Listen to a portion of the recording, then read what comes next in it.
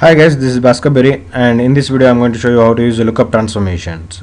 The lookup transformation performs lookup by joining data in input columns with columns in a reference dataset. You use the lookup to access additional information in a related table that is based on values in a common columns. So why do you generally use lookups? And to note down that it's a very important transformations which we'll be using in SSIS. To get the reference data from the some other tables by joining some common columns, so it will be helpful when you are incremental loading the data for the based on some time or based on flags. Okay, it will be very useful for that. In data warehouse we frequently use these lookup transformations. Okay, let me show you the demo of that. Here before that I'm selecting the two tables from the source where we have the lookup countries as a reference table and lookup source as countries as a actual table. So I'm going to load it into these two tables based on them. Okay, let me create a new package for this, just renaming it.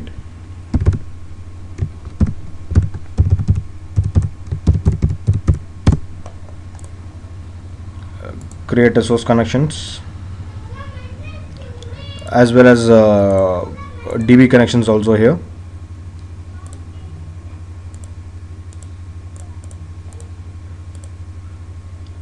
Drag and drop a DFT.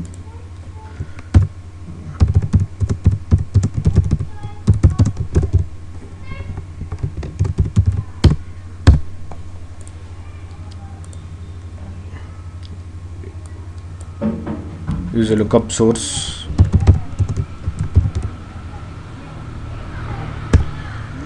Enter country source. So select the table, that's nothing but lookup country source preview data, where we have two columns, that is a country code and country name. Okay, now drag and drop the lookup transformation. Where is it?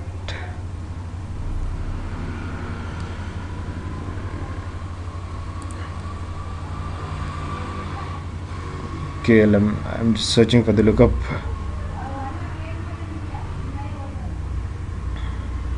Here it is. Okay. In the lookup, there is some properties which we need to set. This is full cache cache modes. Full cache in the sense when for the when you run for the first instance, the memory, the entire data which is present in the reference table will be cached in the cache before running that. So after the caching the entire row, it will go on using that from the cache memory instead of the actual connections. So that's a full cache. Partial cache, if you have very large tables, it's very difficult to cache the entire table. So what it happens, which are the matching data which will be cached in the memory, and if the new rows are coming, it just checks in the cache memory. If it is not present, then again it goes checks in the actual table and stores it in the memory. No cache, this cache will be used when there is the changing the of data is very rapid, and so this time it needs to point to the actual data table where it's referencing for each and every row here. Okay, that's no cache.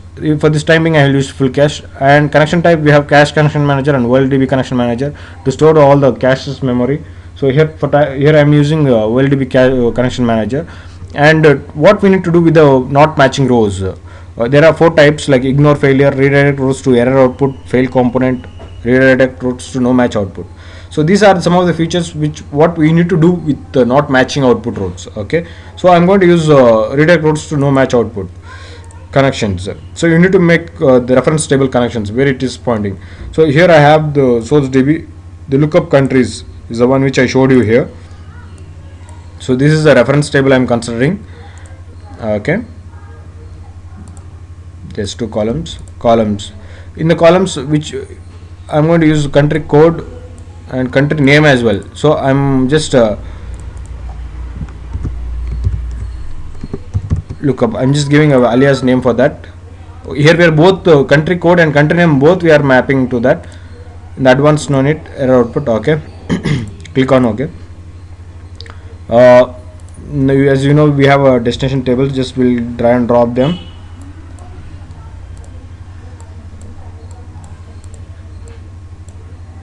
one is lookup match output.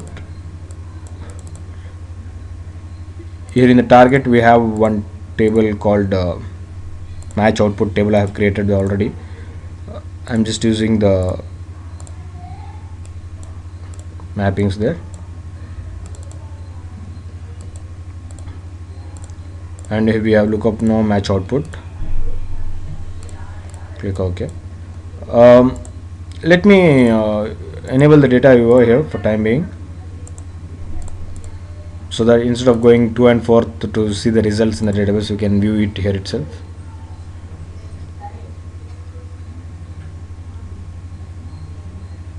And moreover, this lookup, what I'm trying to find, it finds the exact match here.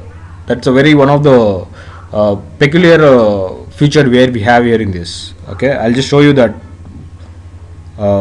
with the result set.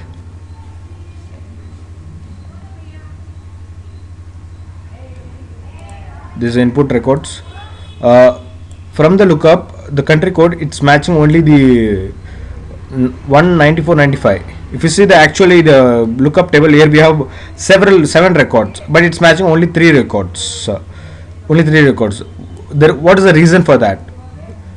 The reason is it is also matching the case sensitive letters, the country name. If you see here, the country name only for 3 it is correct: USA, Sri Lanka, and Myanmar.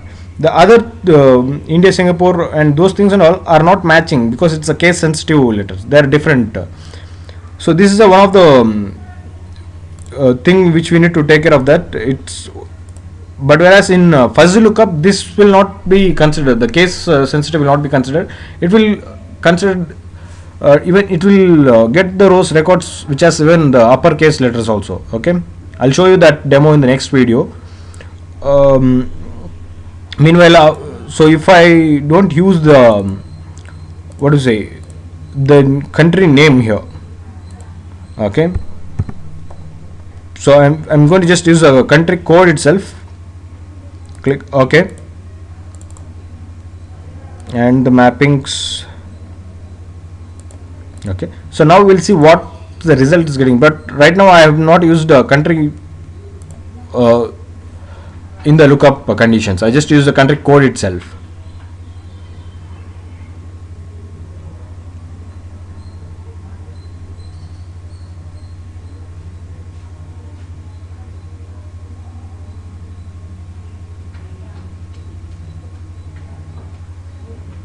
This is the source record. This is the lookup match output. If you have observed the previous things, only the US, Sri Lanka, and Myanmar was the output results. But now, if you see all the 7 records which was there in the lookup countries has been shown here. That is because I have matched only with the country code, not with the country name. If I have matched with the country name, only 3 records would have been populated into the lookup match output flow. Okay. Thank you for watching. Please do subscribe my YouTube channel.